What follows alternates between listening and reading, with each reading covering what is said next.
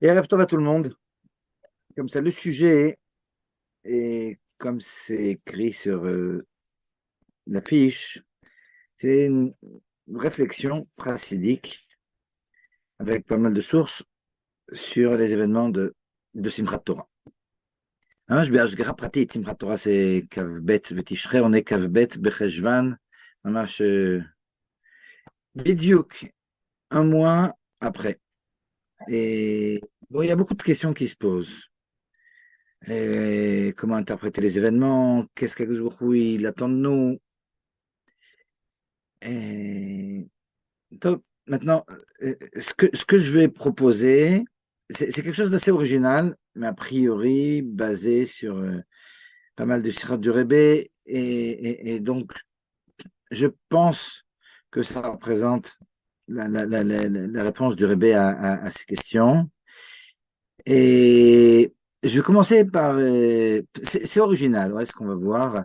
Original et il y a une certaine complexité. Maintenant, je vais commencer par quelque chose qui ne sera pas la conclusion. Et donc, c'est important pour moi que vous ne preniez pas de conclusion hâtive et en écoutant le début de ce que je veux dire, parce que ce que je vais rapporter au début, c'est des choses que beaucoup ont rapportées. Et souvent, bon, ben, on s'en arrête à ça. Et il y a toutes sortes de messages un peu au ras des pâquerettes. Et c'est vraiment, vraiment, vraiment pas le but. Donc, on va commencer avec quelque chose d'assez classique, mais on va voir quelque chose qui sont beaucoup plus complexes. Donc, après cette introduction, comme ça. Tout le monde a entendu sûrement parler du texte comme ça qui a pas mal tourné ces derniers mois de Rabbi Yonatan Eifshitz et en rapport avec ce qui s'est passé à Simchat Torah. Alors bon, d'abord, pour rappeler qui est Rabbi Yonatan Eifshitz, Rabbi Yonatan Eifshitz, c'est un des plus grands acharonim et qui était à l'époque du Baal Shem Tov. Il est né 4 ans avant le Baal Shem Tov. Et Rabbi Yonatan Eifshitz, c'était d'abord un des plus grands poskim. Sur le Shulchan Aruch Yoredea, il a écrit tout un pirouche traité au Plété. Sur le Shulchan Aruch Rosh Mishpat, il a écrit le Urim Vetumim. C'est vraiment, vraiment les œuvres de base des, parmi les œuvres de base des Achronim autour du Shulchan Aruch. Donc vraiment un des plus grands décisionnaires des 300 dernières années. Donc après le Shulchan Aruch, c'est un des plus grands Achronim. Mais en plus, c'était un Mekoubal. En plus, c'est un Mekoubal. Il écrit des livres de Kabbalah, des livres de Moussar aussi. Et on connaît sûrement le différent qu'il y avait entre Rabbi Natan Eifshitz et puis le Yahabetz. Et le Yahabetz, le fils de Chacham Tzvi, et l'avait accusé d'être un Shabtai, un élève de l'école de Shabtai Tzvi. Bon, c'est avéré être... Toujours-il qu'il a beaucoup souffert comme ça, ces accusations, Rabbi Natan Eifshitz. Tout ça parce qu'il écrivait comme ça des amulettes. Bon, c'était un grand Makoubal.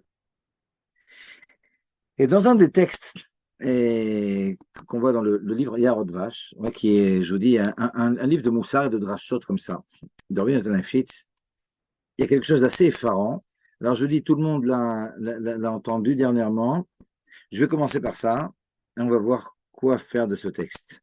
Mais c'est vrai que il est étrange, effarant, et ne peut pas nous laisser insensibles. Il nous dit comme ça, il reprend comme ça la névoie, la prophétie de Bilam, qui va expliquer à Balak ce qui va se passer à la fin des temps. Et il dit comme ça, donc il rapporte le passage qui Yatra Sharia Seam Azelamcha Bachit Yamim. Je vais te montrer ce que fera ce peuple, le peuple d'Israël, à ton peuple à la fin des temps.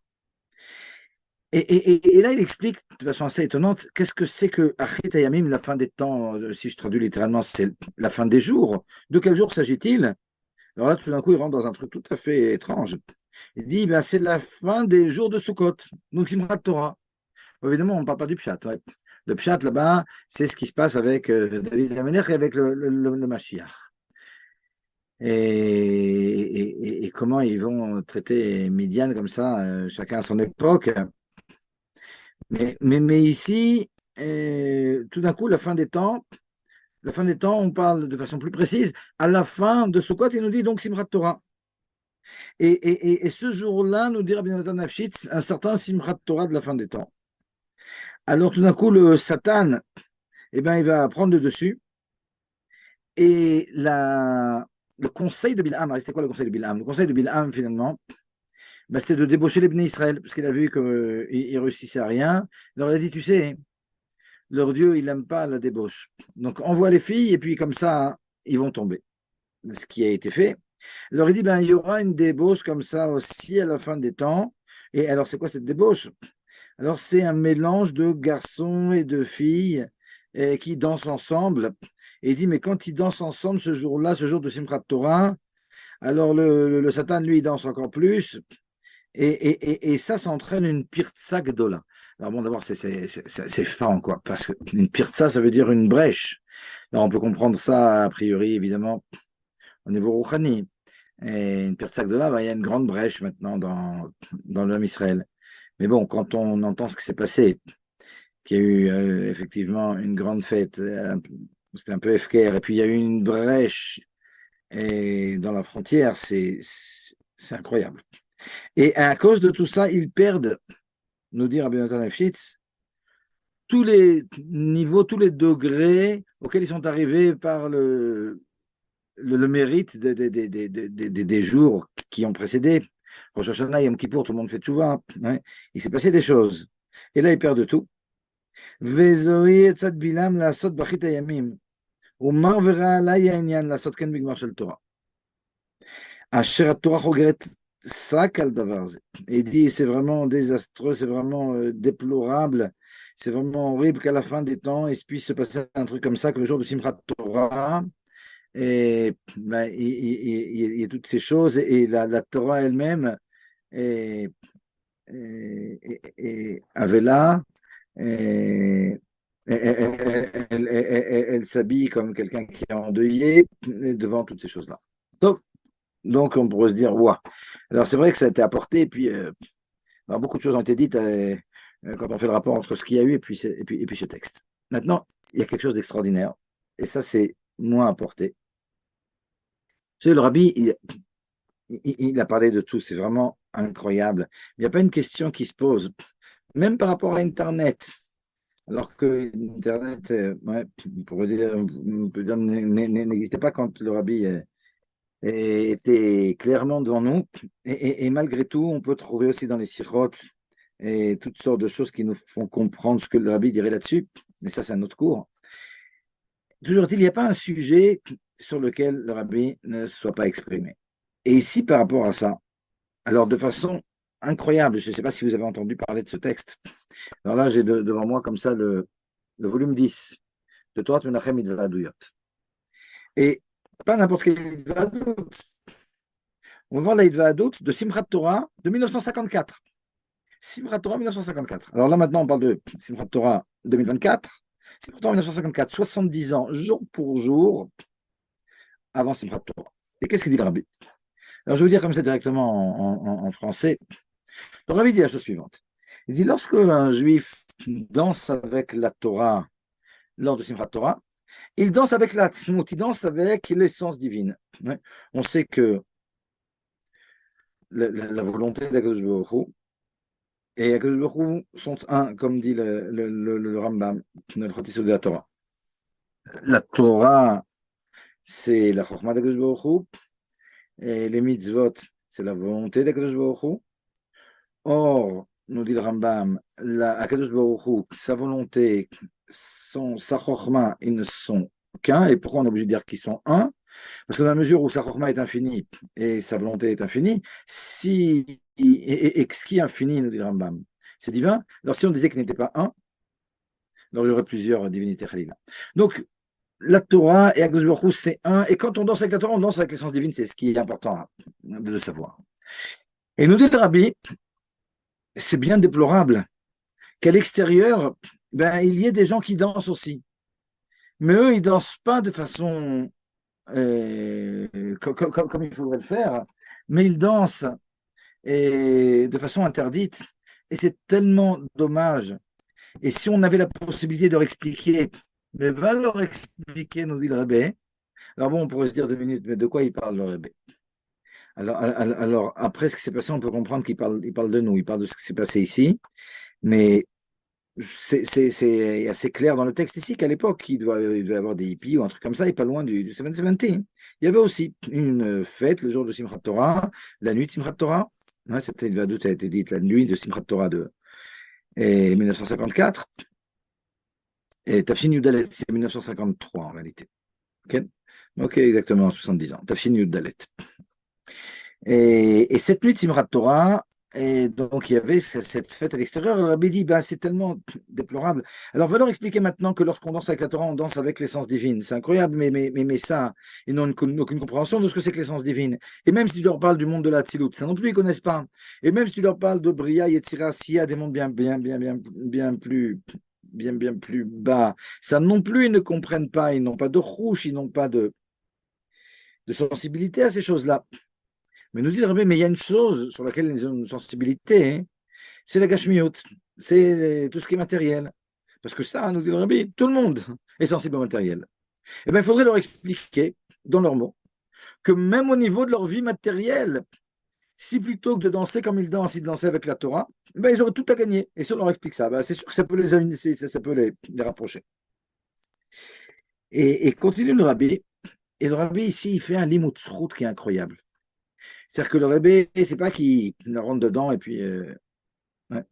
Il dit en réalité, ils sont. Ouais, c'est vraiment déplorable. Mais faut savoir qu'il y a quelque chose de très très bon dans leur danse à l'origine.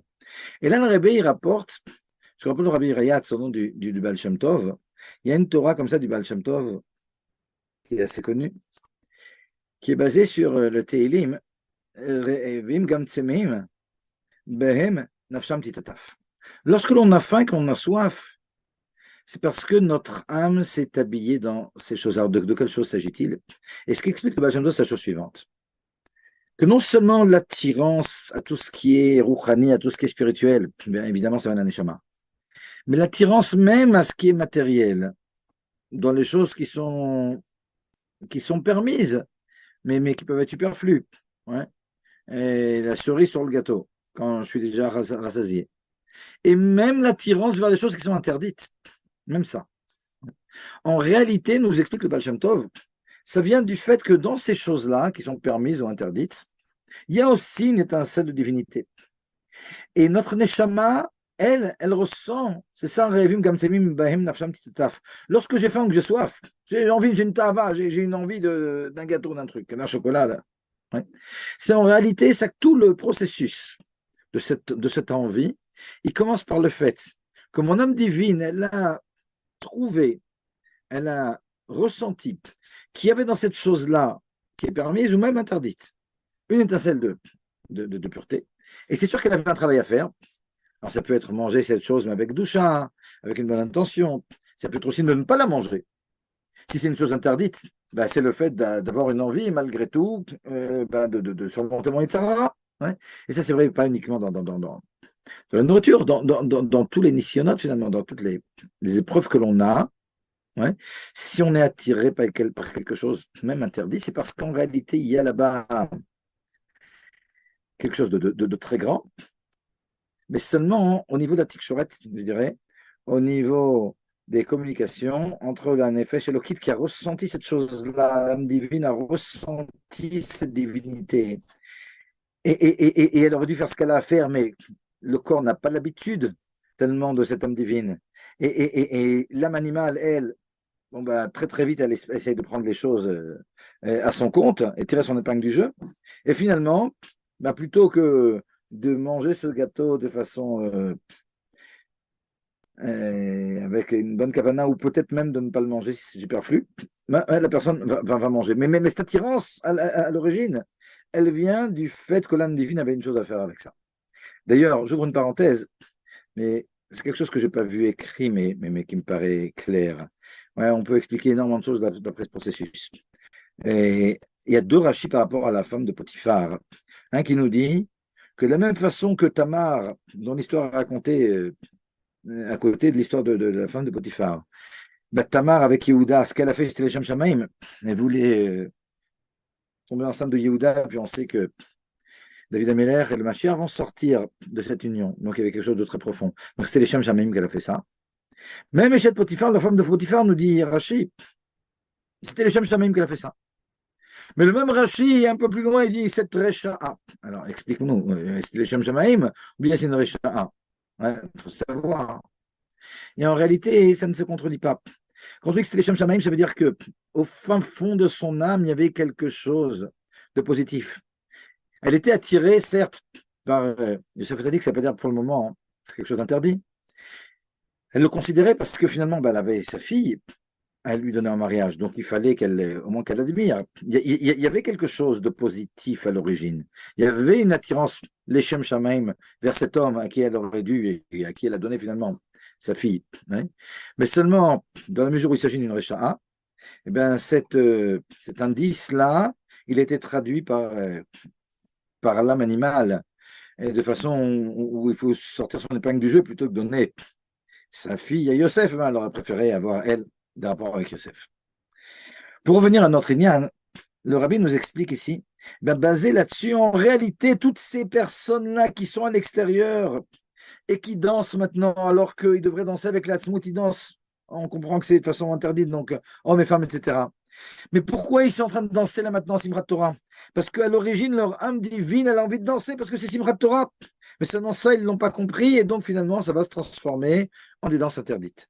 Donc un très très grand Lemoutzrout où le Rebbe, il va chercher à l'origine ce qu'il y avait de positif dans cette envie de danser, dans cette danse, ouais, et pour montrer que tout n'est pas pourri. Ouais, à l'origine, il y a quelque chose de positif. D'ailleurs, c'est une vision comme ça chassidique est extraordinaire. Parce que quand on comprend que il va motiver une avéra, à l'origine, il y a quelque chose de positif, ben, on comprend qu'on n'est pas pourri dans l'essence. Et donc, ça aide énormément la tchouva. Ok, on vient en arrière, on revient en arrière. Ok, ben c'est d'ailleurs. Au début, les choses étaient positives, mais finalement, elles ont été mal interprétées. Hein, le contexte était mauvais. Ok, comme dans Waze. Ok, je vais rectifier le tir. Donc, on voit ce texte, on se dit, waouh, mais c'est incroyable. On a deux textes prophétiques.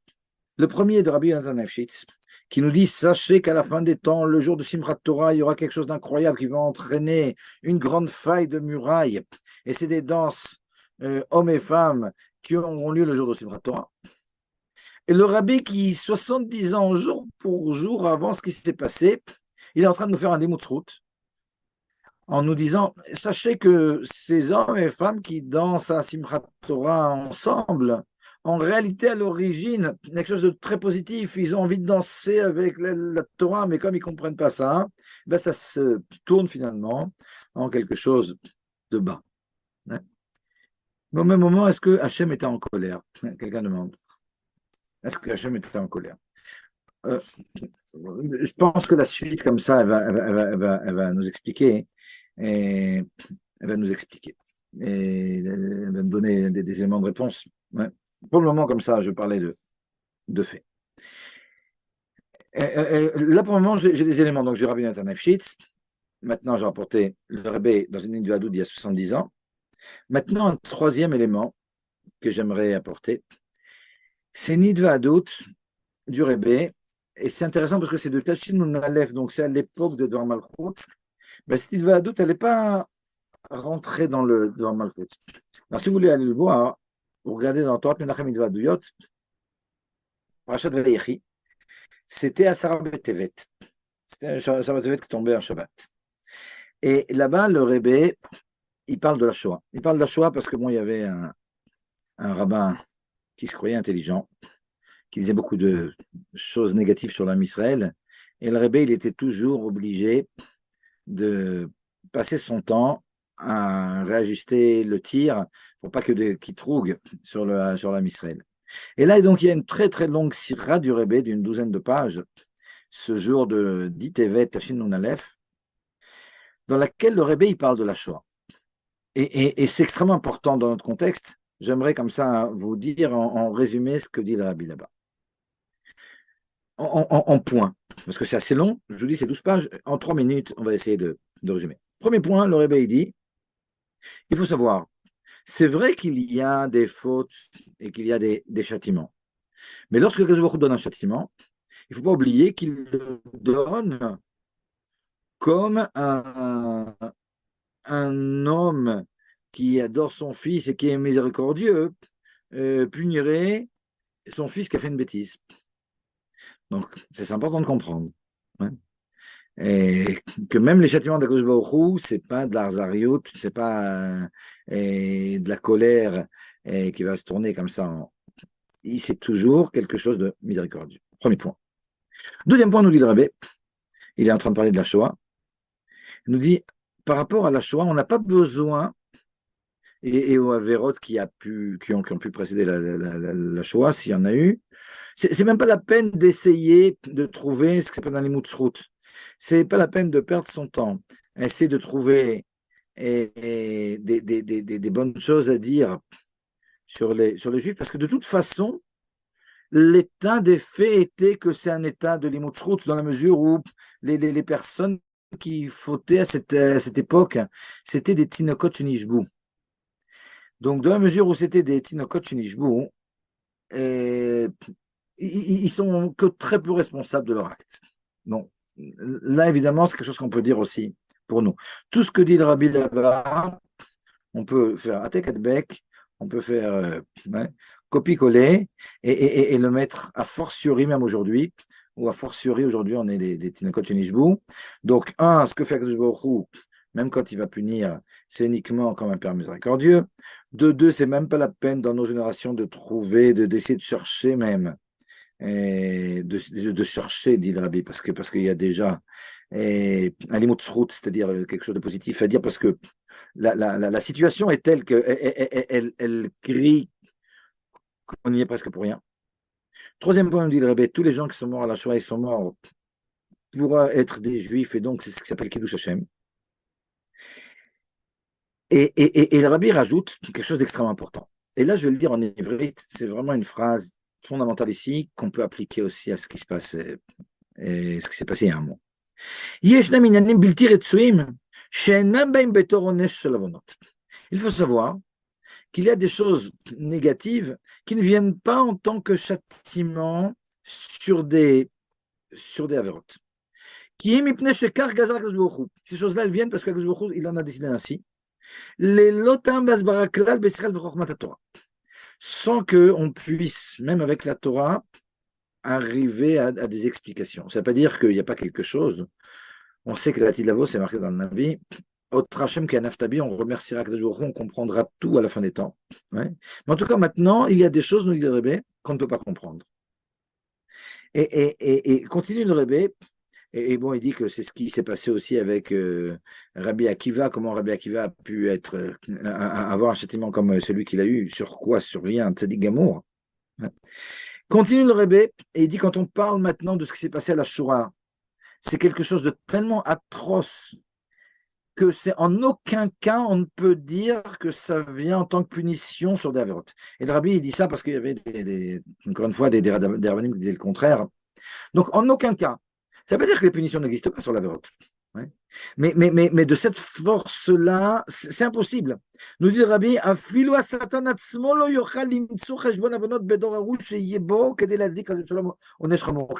même le Satan, nous dit le Rabbi, même s'il cherche, il ne peut pas trouver des avérotes assez graves pour pouvoir justifier des atrocités comme celles qu'il y a eu à la Shoah.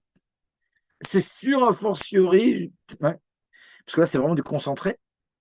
En aucun cas, on peut trouver quoi que ce soit, même si on a des textes et tout ce que vous voulez. En aucun cas, on peut trouver quoi que ce soit qui puisse expliquer, justifier et les atrocités qu'il y a eu. Donc, c'est vrai que il y a des avérotes, il y a des punitions, c'est écrit dans la Torah, partout, par ceux de Chogotai, par ceux de Kitavo, etc. Il y a certaines choses qui ont des intensités tellement grandes que là, ça défie tous ces calculs-là, et donc c'est sans rapport avec des punitions, des châtiments sur des fautes qui ont été faites. Attention, je comprends qu'il y a beaucoup de questions ici qui se posent. Alors quoi? ça va être construit. Ouais, mais déjà, c'est important. Et continue le Rabbi, il dit toutes ces personnes-là qui sont mortes en tant que juifs, c'est des Kedoshim. Et comme disent les Bnei Israël, Hachem est comme Damam, et c'est vraiment le cas, donc Akadosh Baruch Hu, il les vengera, Bezrat Hachem. Et il rapporte le Rabbi de la Gemara qui nous dit que les Harugé Malchut, ceux qui meurent pour être juifs, En kol bria yichola lamod b'mechitzatan. Aucune créature ne peut être devant elle, même les plus grands tzadikim. Ils sont à un endroit des plus hauts. Donc si je résume, un, c'est vrai qu'il y a des châtiments, mais pas plus que ce que fait un homme qui veut éduquer et punir son fils pour l'éduquer. De deux, dans notre génération, il n'y a pas besoin d'aller chercher de l'imotsrout et des bonnes choses à dire parce que de toute façon, on est des tinokot chez Nishbou, comme des bébés et qui ont été abandonnés, qui n'ont pas grandi avec la Torah et les compréhensions des choses. Et par conséquent, on ne peut pas nous accuser de quoi que ce soit. De trois, quand les atrocités sont telles et que celles qu'on a passées, en aucun cas on ne peut dire qu'il s'agit de châtiment et expliquer de cette façon-là les choses. Alors sans parler birklal quand il s'agit de bébés, etc., etc. Ok. Et toutes ces personnes-là, ce sont des Gdoshim, et Akadosh Baruch Hu, ils vont vers leur sang, et Brial ne la mode de Satan. Donc, ok. Alors, si je résume maintenant, on a un, Rabbi Nathan Efshitz, savez ce qu'il a dit.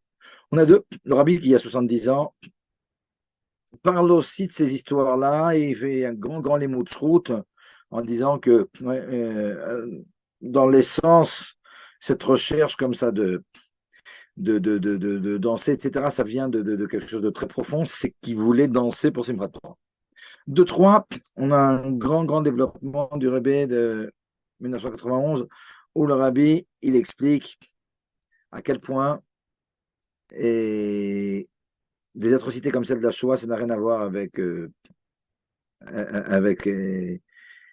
un lien de châtiment. Et alors pourquoi on n'y comprend rien? Ok. Maintenant, après tout ça, je voudrais voir avec vous un passage de Rambam qui a priori contredit tout ce que je viens de vous dire.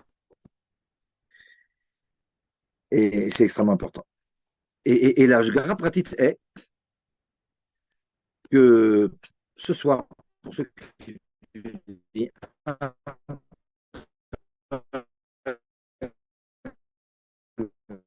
Rambam, vous ne pouvez pas être Shgara Pratit, c'est le Rodesh du Rambam, et ce soir et demain commence le Chot Ta'anit. Donc le premier pérec du Chot Ta'anit, les trois premières halachot, c'est ça dont je veux parler, c'est le Rambam du jour pour ceux qui font un pérec. Shgara Pratit Lamash.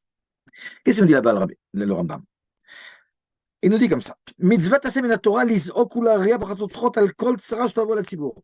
Dès qu'il se passe comme ça une grande douleur, quelque chose de très dur sur la communauté, alors il faut crier et sonner les trompettes. Ok. Je saute parce que c'est moins important la suite ici. La deuxième halakha. Vedavar ze derech midarkei atzuvahu. שבזמן שתבוא צרה ויזעקו לה ויריעו, ידעו הכל שבגלל מעשיהם הרעים הורע להם, ככתוב בעוונותיכם, יטו אלי לכם.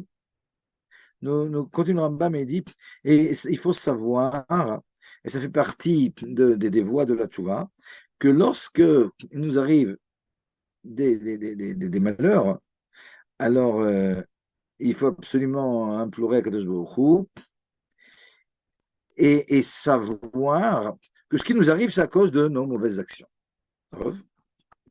Et la troisième halakha, אבל אם לא יזעקו ולא יריעו, אלא יאמרו, דבר זה ממנהג העולם הרע לנו. וצרה זו נקראת, הרי זו דרך האכזריות, וגורמת להם להידבק במעשיהם הרעים, ותוסיף הצרה וצורות אחרות, ושכתוב בתורה, והלכתם עם בקרי, והלכתי עמכם בחמת קרי.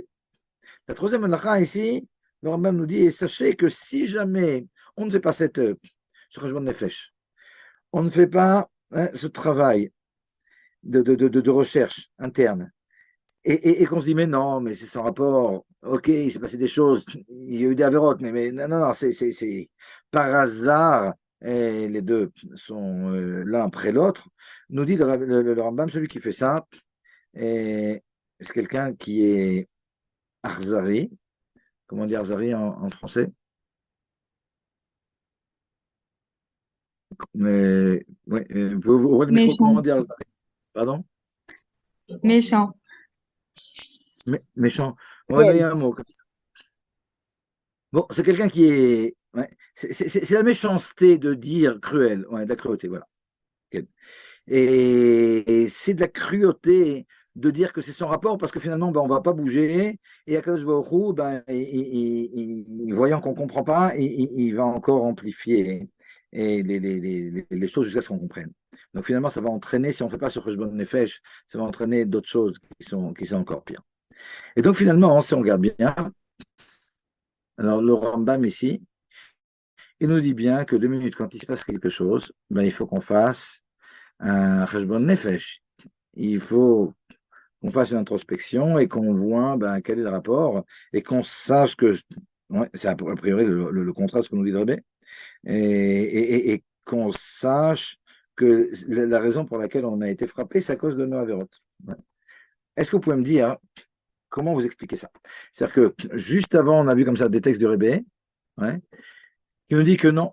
Ben, en tout cas, dans les cas qui nous concernent, ce n'est pas à cause de Averot, mais on a quand même le Rambam qui nous dit, et puis bon, c'est pas uniquement à la Shoah, et puis à Simchat Torah, il y a un mois, qu'il y a eu des cruautés, toute l'histoire, ouais, toute le Moyen-Âge, l'Inquisition, Birchal avant, Khorban Habait, etc., qui en a eu des cruautés pour nous toujours demander de faire l'introspection. Ouais. Et le Rambam, il le dit de façon méphorochette. Le Rambam, il dit pas que, ah non, non, des fois, il y a des exceptions. Ouais.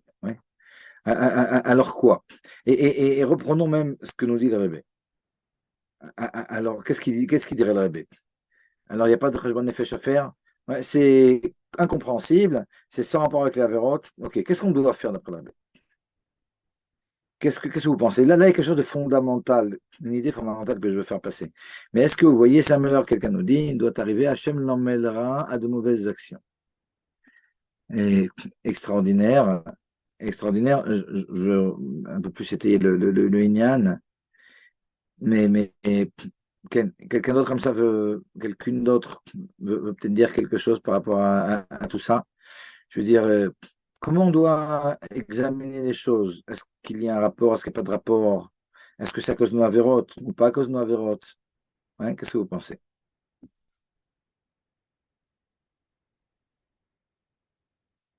Je vais vous dire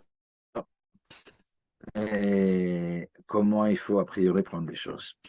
Et, et, et, et ce que je veux vous dire, c'est quelque chose qui me manque beaucoup, souvent dans les cours, et parce qu'on a deux types de cours.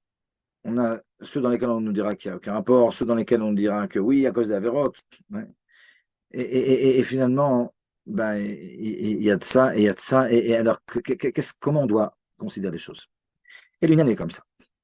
En aucun cas, on nous dit que ce Rajbon Nefesh, cette introspection qu'on doit faire, c'est quelque chose qui viendra pour essayer d'expliquer les causes de ce qui s'est passé. Les causes de ce qui s'est passé, en aucun cas, on les comprendra et on ne sait pas notre affaire, c'est pas notre devoir, c'est le Inyan d'Akadosh Baruch Hu, qu'on n'est pas en train d'expliquer à Akadosh Baruch Hu, sûrement pas de justifier à Akadosh Baruch Hu. Ouais. On est en train maintenant de savoir ce que nous, on doit faire maintenant. Et pour expliquer ce point-là, cette différence, je voudrais comme ça, j'ai pensé à une histoire en 3 étapes. Un type se trouve dans la rue et il pense à un ami qui supporte pas. Waouh, ce type-là, qu'est-ce qui m'énerve et tout rien que de le voir. Ouais, il pense à ça et tac, et il a un peu de ça qui le rentre dans les yeux, il ferme les yeux, tac, et il marche et il rentre dans un poteau. Il rentre dans un poteau, il se casse la lunette ou pas, pour faire ça plus dramatique. Puis il se dit, waouh, s'il a un peu d'Irat Shamayim, première marche qui lui passe à la tête, première pensée, c'est incroyable. Je pensais du mal sur un juif et juste tac, je suis rentré dans le poteau. C'est sûrement à cause de ça. Ouais. Ok, c'est vrai, ça arrive à tous. D'accord. on a fait quelque chose de pas bon, tac, on a glissé sur un pot de banane, ben voilà, ça Ouais. t'apprendra. D'accord. Ok. Mais après ça, il y a une deuxième pensée qui nous traverse l'esprit. Bon, ça va, c'est pas, il faut pas être mystique non plus. Ok, c'est un hasard, c'est pas un qui a dit que c'était pour ça. Ouais, il y a des poteaux dans la rue, il y a eu du sable, j'ai enlevé mes lunettes. Ok, je suis rentré dans le poteau. Ça, c'est la deuxième. La bonne marshava, c'est la troisième. C'est celle qui est en train de dire, et c'est comme ça finalement qu'on doit réfléchir. C'est la pensée qui nous dit, 2 minutes, mais qu'est-ce qu'on en a à faire finalement, si c'est pour ça ou pas pour ça? Je suis pas en train maintenant, je suis pas Kadosh Baruch Hu. Un kilo marchavota et marchavotechem. Ouais, mais mes pensées, elles sont pas comme les vôtres. Si Bémet, je considère que c'est parce que j'ai pensé du mal de mon ami, que je suis rentré dans le poteau, et que maintenant, ben, je vais faire attention, je vais prendre sur moi d'avoir plus de Havat Israël, de ne pas penser de mal, ni sur lui, ni sur un autre. Ben, extra. Ça y est, j'ai fait mon Khashbon Nefesh, j'ai fait ce que j'avais à faire, je fais ce que m'a dit le Rambam. Il t'est arrivé quelque chose, tu fais ton Khashbon Nefesh et tu avances. Est-ce que ça veut dire que c'est pour ça que j'ai le poteau, c'est pas mon problème, c'est pas mon problème. Akadosh Baruch Hu m'a fait quelque chose, il a ses inyanim. En passant, il voulait aussi que je fasse mon Khashbon Nefesh, et j'ai fait mon Khashbon Nefesh. Et même lorsque le Rambam va venir, et c'est pas uniquement le Rambam, parce qu'il y a une sira du Rabbi, je vais citer deux siras du Rabbi, mais il y a une sira du Rabbi de Shabbat Bereshit, Tafshin Lamed Aleph, on a le Chalek Samer Bet de Torah Menachem, dans laquelle le Rabbi il explique maintenant ce que je vous dis. C'est-à-dire, il rapporte le Rambam aussi, le Rabbi.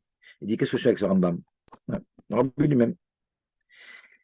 Et c'est vrai qu'il nous arrive des choses, non seulement, je fais une distinction entre la raison pour laquelle les choses arrivent et mon Cheshbon Nefesh, mon introspection. Quand je suis en introspection, c'est un devoir, me dit le Rambam, il m'arrive quelque chose, je dois faire mon Cheshbon Nefesh. Mais cette chose-là, elle n'est pas censée expliquer quoi que ce soit. C'est ça maintenant la distinction que je veux faire entre est-ce que je viens expliquer Hachem ou bien je vais de l'avant et maintenant j'ai un devoir de faire mon Khashbon Nefesh. Et je suis en train d'expliquer, j'ai un devoir de faire mon Khashbon Nefesh. Mais malgré tout, c'est un petit peu plus complexe que ça. Parce que c'est vrai que le Rambam nous dit, et le Rabbi aussi d'ailleurs, quelqu'un nous dit, je pensais qu'on ne pouvait pas exprimer en din sur nous, j'ai eu à cause de ça, mais en peine. Je n'ai pas compris, mademoiselle Chichpartiche, ce que vous dites là. Bon, on en parlera. C'est vrai que le Rambam, il nous dit, il faut savoir que c'est à cause de nos Averot qu'on a eu ça. C'est-à-dire, maintenant, le Rambam, il n'a pas expliqué comme ça les corrélations qu'il y a exactement entre quel Avera et quoi et comment. Il n'a pas dit que c'était uniquement à cause de ça. Il n'a pas fait une bijection maintenant entre les Averot et puis ce qui va se passer. Il faut savoir de façon générale. Ok, et comme les choses sont Mida, Keneged Mida, etc., je dois chercher quelque chose de semblable. Ok. Mais est-ce que comme ça, même si je comprends que ce qui va m'arriver, c'est aussi en fonction de ce que j'ai fait. Mais est-ce que de cette façon-là, j'ai expliqué tout ce qui s'est passé? En aucun cas. En aucun cas. Ouais. Akadosh Baruch Hu, comme ça, il va mettre les deux choses en rapport, mais c'est pas parce qu'il voulait que je fasse un joint effet sur ce truc-là, ouais, qu'il a fait toutes ces atrocités. Okay. Et pourquoi d'après cette personne, etc. Les calculs d'Akadosh Baruch Hu, ils sont très, très, très complexes et je vais le démontrer aussi là maintenant. Ouais. On peut voir dans le Midrash un peu des drachim d'Akadosh Baruch Hu et de là conclure quant à notre histoire, à une certaine compréhension. Dans quelques minutes, on va voir ça. Ouais. Mais quand bien même je comprends que c'est à cause de mes avérotes, je n'ai pas expliqué pour autant les actes d'Akadosh Baruch Hu. Ouais. Je comprends qu'il y a certains rapports. Qu'Akadosh Baruch Hu veut que maintenant, je fasse attention à la tzniot. Ce qui est important, c'est de savoir ce que je dois faire. Vous savez, après la guerre de Kippour, le Ravlo, il était en Yechidout chez le Rebbe. Et tout à fait déprimé. Du Rebbe, Rebbe, Maïe, Maïe. Le Rebbe lui dit Maïe, mais ce n'est pas une question Maïe. La question, c'est qu'est-ce qu'on doit faire maintenant? Ça, c'est une question. Maïe, ça, c'est Stam, la déprime. Maïe. Et c'est exactement la même chose. Maïe ou bien Lama Zehaya.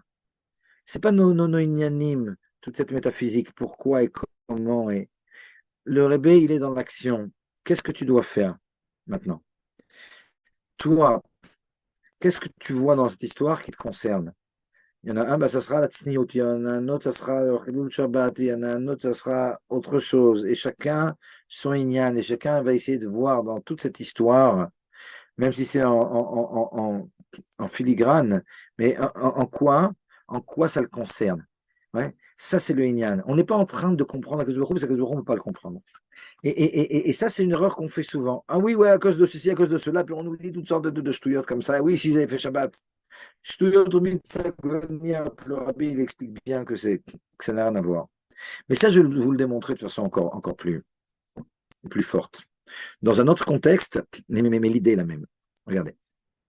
Dans Moussaf de Shalosh Regalim, mais c'est incroyable parce que c'est le Moussaf qu'on a dit ce jour de Simchat Torah.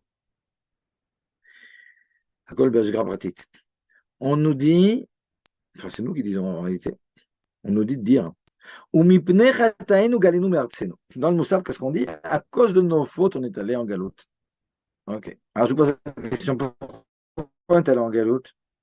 À cause de nos fautes, puisque c'est ce qu'on a dit. Ah bon? Ok. C'est à cause de nos fautes qu'on est allé en galoute? Vous pouvez répondre, je sais que vos micros sont fermés, mais c'est à cause de nos fautes qu'on est allé en galoute? A priori, si on le dit, ben oui. Ouais, ben on va voir. Alors évidemment, si on le dit, c'est que oui. Mais en réalité, on va voir quelque chose, il embrouille bien les cartes. Regardez. La Gemara dans Psachim, elle nous dit, שלא יגלה הקדוש ברוך הוא את ישראל לבין האומות, אלא כדי שיתווסו עליהם גרים. הקדוש ברוך הוא, absolument, le ramasser les vases brisés, c'est là que je veux en venir, et la personne anonyme, et nous dit la Gemara dans Masrat Psachim, ne pas chercher le pourquoi et chercher ce que l'on peut faire pour produire plus, c'est ça, ok. Et oui, mais maintenant je vais, absolument, Madame Beneya, mais là, je vais aller même un peu plus loin. Regardez. On nous dit, ouais, on était là en galoute, pourquoi? À cause de nos fautes. On a une Gemara qui nous dit que la seule raison, est là.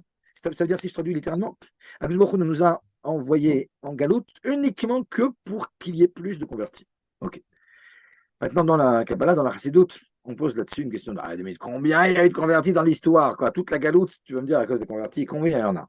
Combien il y en a? C'est à ce point. Et c'est expliqué dans la Chassidoute en longueur qu'en réalité, les convertis ici, c'est les Netzutzot de Gdusha, donc la personne qui a dit les vases brisés, exactement. C'est-à-dire qu'Akadosh Baruch Hu, comme on sait, ça partait au début du Levet Chaim, Akadosh Baruch Hu, avant le premier jour de la création, il a créé le monde du Tohu. C'est un monde où il n'y avait pas l'Itkalelut, c'est-à-dire que le Chesed, c'est du Chesed pur, la Gvura pure, la Tiferet pure. Et lorsqu'Akadosh Baruch Hu a fait émaner de lui ces sphères, desquelles devaient découler, parce que c'est quelque chose de spirituel, mais des mondes finalement.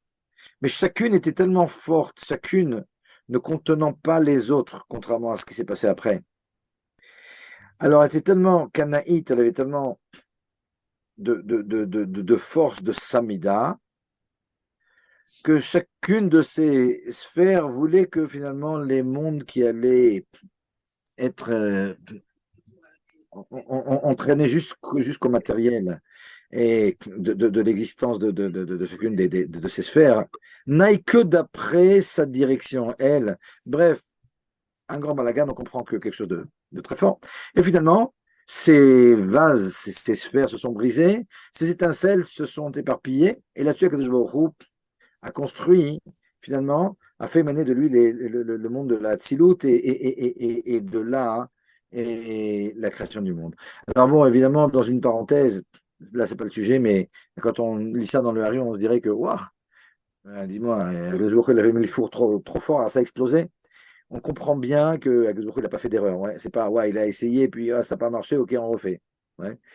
Akadosh il voulait que le monde il soit tel qu'il est aujourd'hui, c'est-à-dire un monde dans lequel se trouvent des débris de vases brisés, pour qu'on ait un travail à faire. Ok. Donc c'est ça qui nous intéresse. Ok. Et donc nous explique la Chassidoute que la raison pour laquelle on va en galoute, comme dit la dans Psachim, que la seule raison pour laquelle on est en galoute, c'était pour faire des convertis. C'est quoi ces convertis? C'est ces étincelles de Gdusha qu'on doit convertir. C'est-à-dire que quand je vais être à Honolulu, à Tombouctou ou à Aza, ouais, et je vais faire une bracha, je vais faire une mitzvah, je vais mettre de la tzedaka, je vais tuer un Hamasnik, ouais, ben, j'ai ramené la selle de Gdusha qui était là-bas à sa source et j'ai fait un énorme travail. C'est pour ça qu'on est allé en galoute. Ok. Mais alors, je pourrais me dire, mais 2 minutes, mais quel rapport maintenant avec mes fautes? On nous a dit, Mipnei chatainu galou mi'artzenu. Ok. Alors, mes fautes, ok, je suis bien d'accord que mes fautes, c'est les fautes de Shaul Silam. Ok, c'est bien. Ça manque pas. Il y a celle des autres Gilgulim, ok, ok. J'ai pas mal de trucs, de comptes déjà quand je suis né. Je suis venu avec. Ok. C'est bien. On va essayer tout ça aussi. Ah, celle des parents aussi, on doit. Ok, d'accord. Et celle du Hegel, ok, t'étais là-bas aussi. Et celle d'Adam Arishon, bah ouais, ta Neshama, elle était dans Adam Arishon. BCDR. Ok, on est prêt. On a tout ça réparé. Du pain sur la planche. Mais BCDR, on est venu pour ça. On dormira un petit peu moins et on va essayer de travailler. Mais là, maintenant, on nous raconte que la raison pour laquelle je vais en galoute, c'est à cause des étincelles de Gdusha qui sont tombées avant la création du monde. Mais on ne va pas maintenant nous mettre ça sur le dos non plus. 2 minutes, c'est pas moi qui les ai cassés, les vases. Je suis prêt à prendre la responsabilité jusqu'à ma part de responsabilité dans la faute de Dame Arishon parce que Manishama était là-bas. Mais quand tu me dis la vérité maintenant, qu'en réalité, je vais en galoute, ouais, à cause des étincelles de Gdusha, que toi, Kadosh Baruch Hu, tu as éparpillé finalement ouais, dans les mondes. Mais c'était avant Birlal de créer le monde. Alors quoi, moi je dois endosser la responsabilité de tes histoires à Kadosh Baruch Hu. Alors qu'est-ce que tu nous racontes maintenant comme Mipnei Chataenu Galenu Me'artzenu et tu nous mets ça sur le dos? C'est ça s'appelle vous savez, chez les flics, ça s'appelle Tfiratik. C'est-à-dire, on nous a cousu un dossier. On était en réalité, on est allé en galoute. On doit aller en galoute pour faire un certain travail. Maintenant, on nous fait croire c'est à cause de nos avérotes. C'est vraiment pas sympa tout ça. C'est là. Alors, comment ça marche? Alors, évidemment, pour qu'on se réveille, je te présente ça comme ça. Ouais. Évidemment, s'il y a marqué dans Moussaf, c'est vrai. Si la Gemara nous dit que la seule raison pour laquelle on est allé en galoute, c'est à cause de ces toutes sautes, hein, et là aussi, Falem Garim. C'est vrai aussi, mais comment ils vont ensemble ces deux choses-là, ces deux choses différentes? Alors, l'idée, elle est comme ça. L'idée, elle est comme ça. Et je vais vous démontrer qu'elle est comme ça parce que c'est écrit de Firouche, ce que je vous dis, dans le Midrash Tanchuma. Mais je vais le dire d'abord dans mes mots. Dans mes mots, de façon ouais, un petit peu extrémiste, comme ça, pour qu'on se réveille un peu, mais l'idée y est. Akadosh Baruch Hu nous a créés, puis il a quand même pas mal de projets pour nous. Ouais. Bah toi, ouais, il faudra que tu ramènes toutes sortes de tel endroit, etc. C'est non, non, on est des fatigués, quoi. J'ai pas la force de tes histoires, Akadosh Baruch Hu. Qu'est-ce que tu veux que j'aille maintenant faire le tour du monde pour amener toutes sortes? Ah, ça va, sinon, je suis dans mon petit coin avec mon masgan, il fait un peu froid, tac, avec mes livres et tout. J'ai pas la force de tes histoires. Ok. Alors que je vous dis, ok, on t'attend. Et puis, il nous met des pots de banane. Alors là, une petite avéra que je vais faire, et un autre truc, et là, une autre petite épreuve. Et d'un coup, tac, je vais encore glisser. Et à un certain moment, et c'est vrai au niveau du prat, c'est-à-dire du particulier, c'est vrai au niveau du peuple aussi. Ouais. Jusqu'au jour où, Akadosh Baruch Hu, ça y est, maintenant, on a fait beaucoup d'erreurs, beaucoup d'avérotes. Je vous dis, ça y est, maintenant, mes cocos, vous allez en galoute. OK? Vous allez en galoute. Pourquoi on va en galoute? On se pose même pas la question pourquoi. On sait. Gilou Yarayot, Shurut Damim, Vodazara, Baït Rishon, deuxième, Beth Amikdash, le manque de Hardout, Sinatrinam. On se pose pas la question, en réalité, on a bien compris, on voit bien, on sait bien, on a eu même des Nevi'im qui sont venus pour nous mettre en garde ouais, pendant toutes les époques qui ont précédé chaque galoute. Donc on comprend bien, on va en galoute, on comprend bien que c'est à cause de nos avérotes. Mais en réalité, Akadosh Baruch Hu, nos avérotes, il nous les a très vite pardonnés. Ce qu'il voulait Akadosh Baruch Hu, c'était autre chose. Il voulait que tu te bouges, que tu ailles maintenant faire ton travail de toutes sortes. Et lorsque toi, maintenant, tu vas être motivé parce que le Baal Tshuva, ce qui fait les forces qu'il a, les énergies qu'il a, elles sont bien plus grandes que celles du Tzadik Gamour. Parce que lui, il a comme moteur toute la Avérote qu'il a faite. Et il a envie de les réparer. Et finalement, Akadosh Baruch Hu, il va utiliser ces énergies que l'on a pour, sauf, nous faire le tikkun de ce qu'on a fait, le tikkun, on l'a vite fait. Mais pour nous faire ce qu'on devait faire depuis le départ, c'est-à-dire aller chercher toutes ces étincelles de Gdusha. C'est toutes ces choses-là pour lesquelles Adam Arishon même a été mis au Gan Eden, l'Orda ou Shomra. Parce que ce que je vous dis, c'est aussi pour Adam Arishon. Adam Arishon aussi, il avait un travail à faire. Ouais. L'Orda ou Shomra, ce n'était pas un petit travail à faire. Et lui, il a vite glissé sur la peau de banane. Ça a pris un mois d'un jour. Et voilà, il est allé en Galoute en sortie du Gan Eden. Mais est-ce que maintenant, tout le Inyan, regardez, l'histoire, elle serait très triste. Si l'histoire, c'était que il a créé Adam Arishon dans le Gan Eden, il a mis une peau de banane, il a glissé, et maintenant, on doit tout réparer et revenir à la case départ. C'est-à-dire, qu'est-ce qu'on a fait alors pendant 6000 ans, quoi, le Monopoly? Ça ne sert à rien. Évidemment, c'est pas ça l'histoire. Évidemment, à la fin, on arrive à un niveau infiniment plus grand qu'au début. Sinon, que je ne nous aurait pas créé. Ok. Et par conséquent, tout ce qu'on va faire quand on va être. Et on va voir que ce moteur de nos avérotes, quand on va avoir cette conscience que Mipnei Chatainu Galinu Me'artzenu, ouais, en réalité, on va faire énormément de choses qu'on aurait dû faire même sans les Chataim et sans rapport avec les Chataim. Mais c'est moi que je vous dis, c'est marqué dans le Midrash Rabbah. Dans le Midrash Rabbah, il y a marqué que Adam Arishon, tout d'un coup, il étudie la Torah et il voit qu'il y a marqué, Parashat Rukat, Adam qui Amoud Beoel. Lorsqu'un type mourra dans une tente, alors il y a tous les dîners maintenant de Touma et Tara. Il est allé voir Akashbourou, il dit, mais Akashbourou, mais tu t'es moqué de moi ou quoi? Tu m'as fait croire que c'était à cause de moi qu'il y avait eu la mort. Mais je vois que Birklal, c'était prévu. Adam qui Amoud Beoel. Dans ta Torah, qui a précédé Birklal, la création du monde, Akashbourou, Istakal, Boraïta, Baralma. Akashbourou, il a regardé la Torah, il a créé le monde. Birklal, il y avait ça comme mitzvah même. Adam qui Amoud Beoel, etc. Et tu veux me faire croire que c'est à cause de moi qu'il y a eu la mort. Ouais. Et pareil pour Yosef Hatzadik. Yosef Hatzadik qui est descendu en Galoute. Il est descendu en Galoute, alors on pense que c'est à cause des. Enfin, les frères sont descendus en Galoute. Voilà, à cause de la faute de Yosef Hatzadik. Ok, ben c'est bien qu'ils aient ça en tête. Comme ça, au moins, hein, ben, ils font leur. Ils font... Makadosh Baruch Hu, ce qu'il voulait, lui, ben, c'est qu'ils amènent toutes sortes et qu'ils préparent le terrain aussi après pour Yetziat Mitzrayim. Et le Midrash, il passe comme ça d'une chose après l'autre. Et le fait que Moshe Rabbeinu ne soit pas rentré en Eretz Israël, et c'est ce qu'il fallait qu'il rentre pas en Eretz Israël. Mais Makadosh Baruch Hu, il a profité d'une erreur pour faire le lien entre les deux. Le rapport entre ce que je viens de vous dire et ce que je vous ai dit avant, c'est exactement la même chose. Ouais. Dans un, on est en train de se poser la question sur une cause. Et on nous dit 2 minutes. Il s'est passé quelque chose. Tu as ton Cheshbon Nefesh à faire. Ouais. Ton Cheshbon Nefesh à faire, tu le fais évidemment en fonction Mida Keneged Mida, en fonction de ce qui s'est passé. Et tu pensais quelque chose de mal sur quelqu'un, tu es entré dans le poteau. Il y avait un truc qui était le contraire de la tsniout, et il y a eu une catastrophe. Ok, alors tu comprends, là, tu vas faire un Cheshbon Nefesh par rapport à la Bat Israël, là, tu vas faire un Cheshbon Nefesh par rapport à la tsniout, ouais, chaque chose.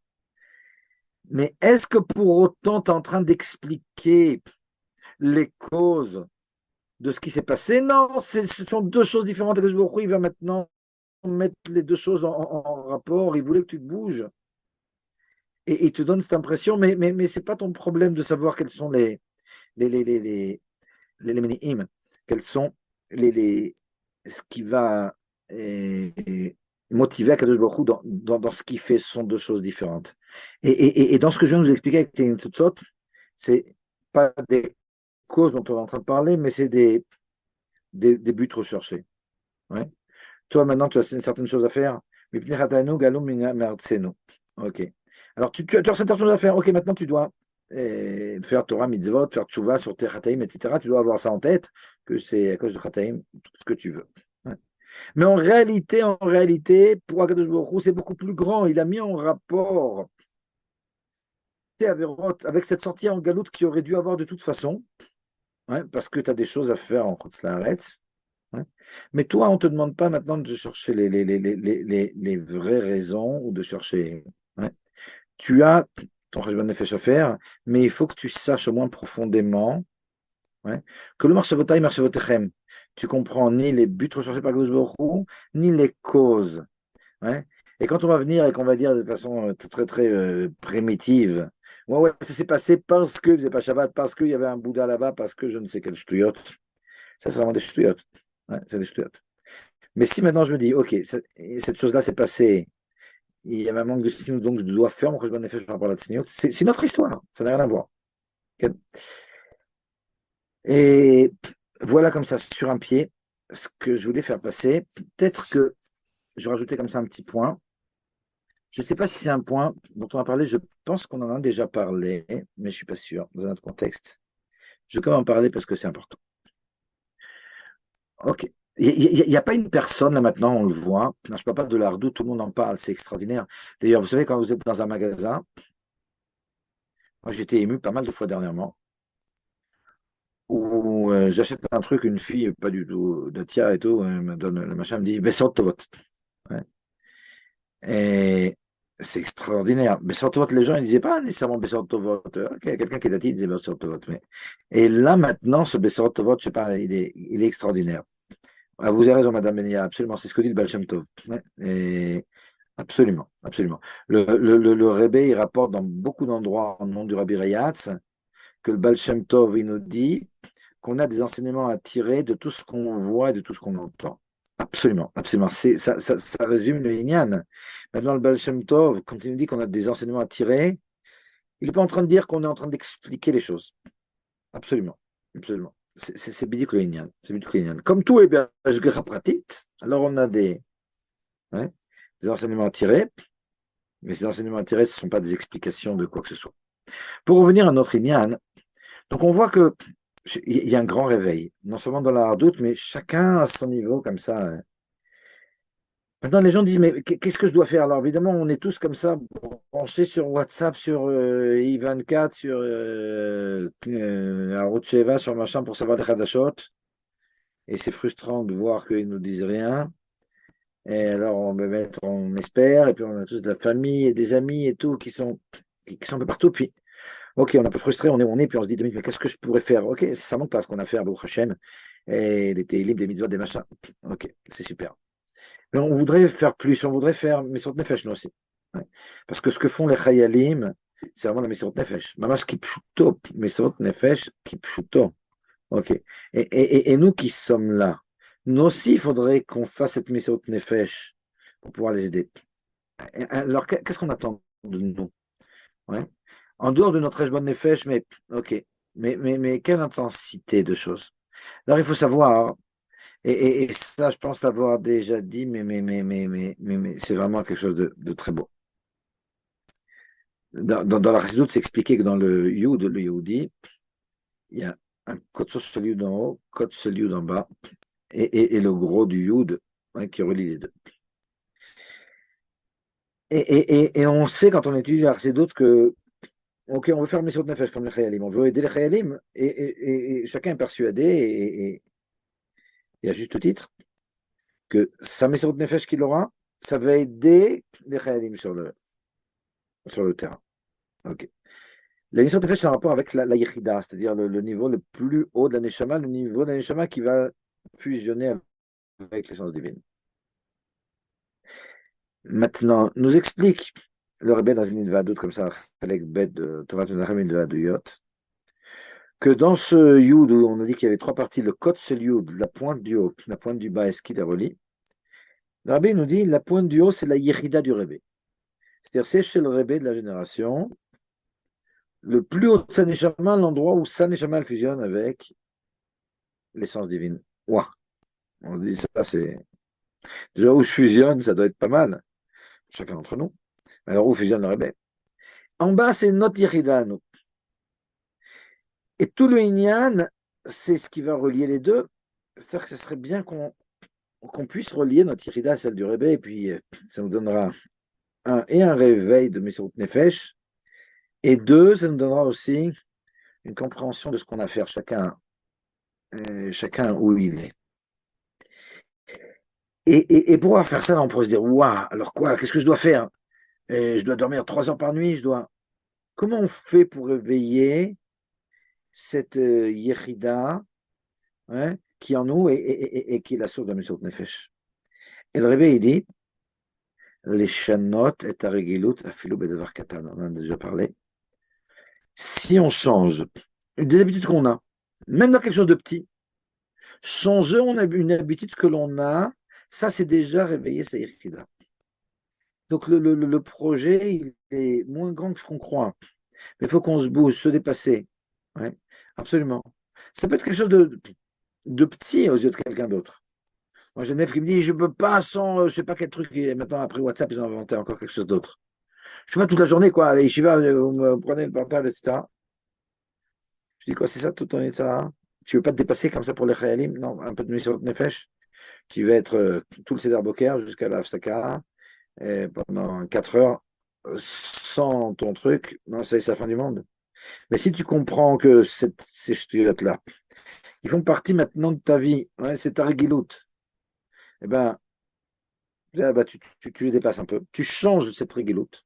Chacun avec ses mauvaises habitudes, que ce soit dans des midotes, que ce soit dans des actions, que ce soit dans un truc qu'on a l'habitude de faire.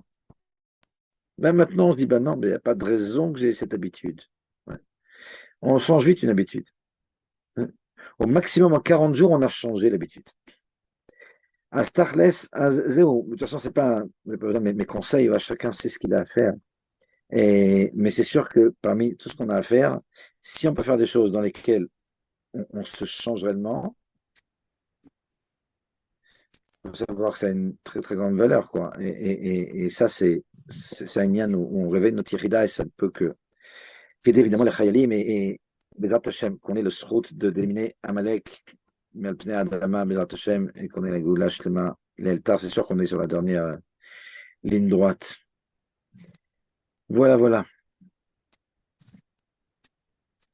Amen. Formidable.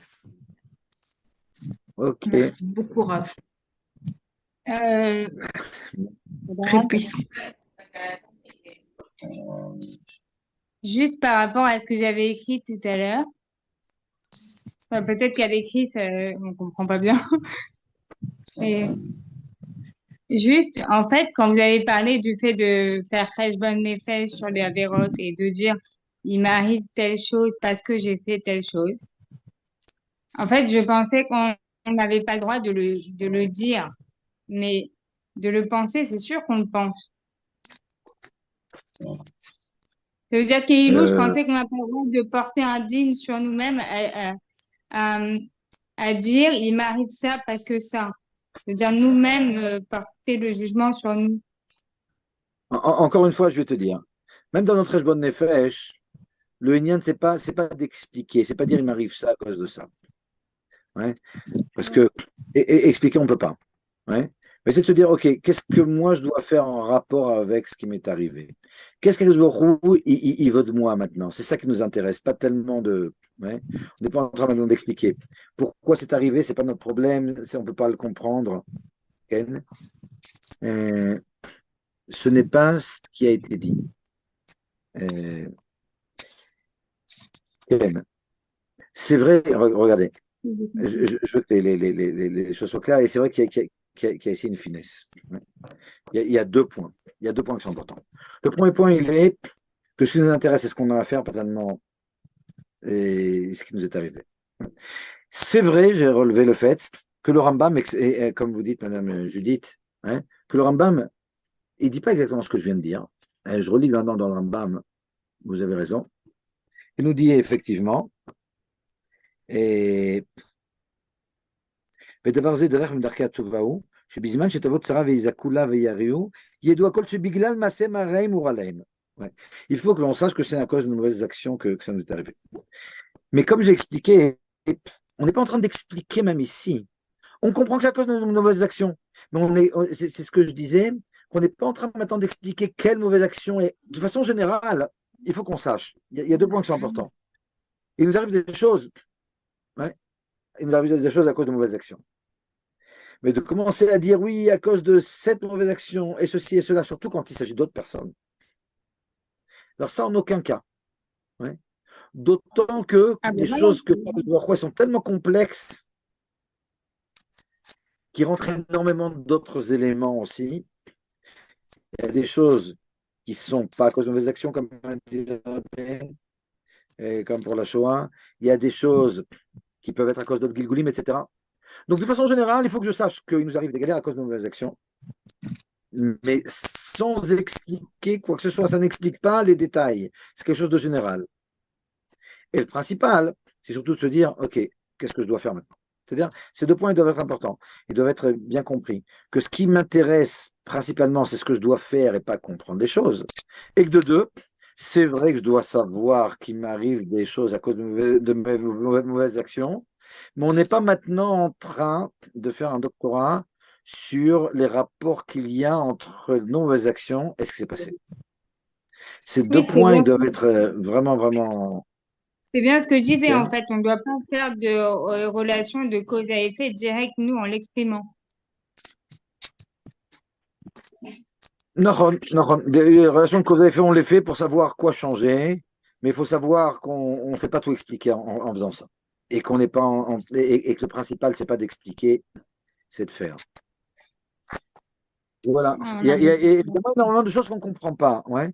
Et ce que je veux surtout faire passer comme idée ici, et c'est qu'on ne comprend rien.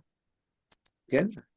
Mais le fait de rien comprendre, ça ne nous empêche pas de faire une introspection et de savoir en quoi je dois me changer. J'ai pas besoin de tout comprendre dans la Naga d'Akadosh Baruch Hu Viens, on va boire à la maison. pour comprendre ce que j'ai à faire. כן? זה העניין, זה העניין. טוב, בעזרת השם, נעמוד פה, et puis qu'on n'entende que des bonnes nouvelles, et Amen. בעזרת השם, Amen. c'est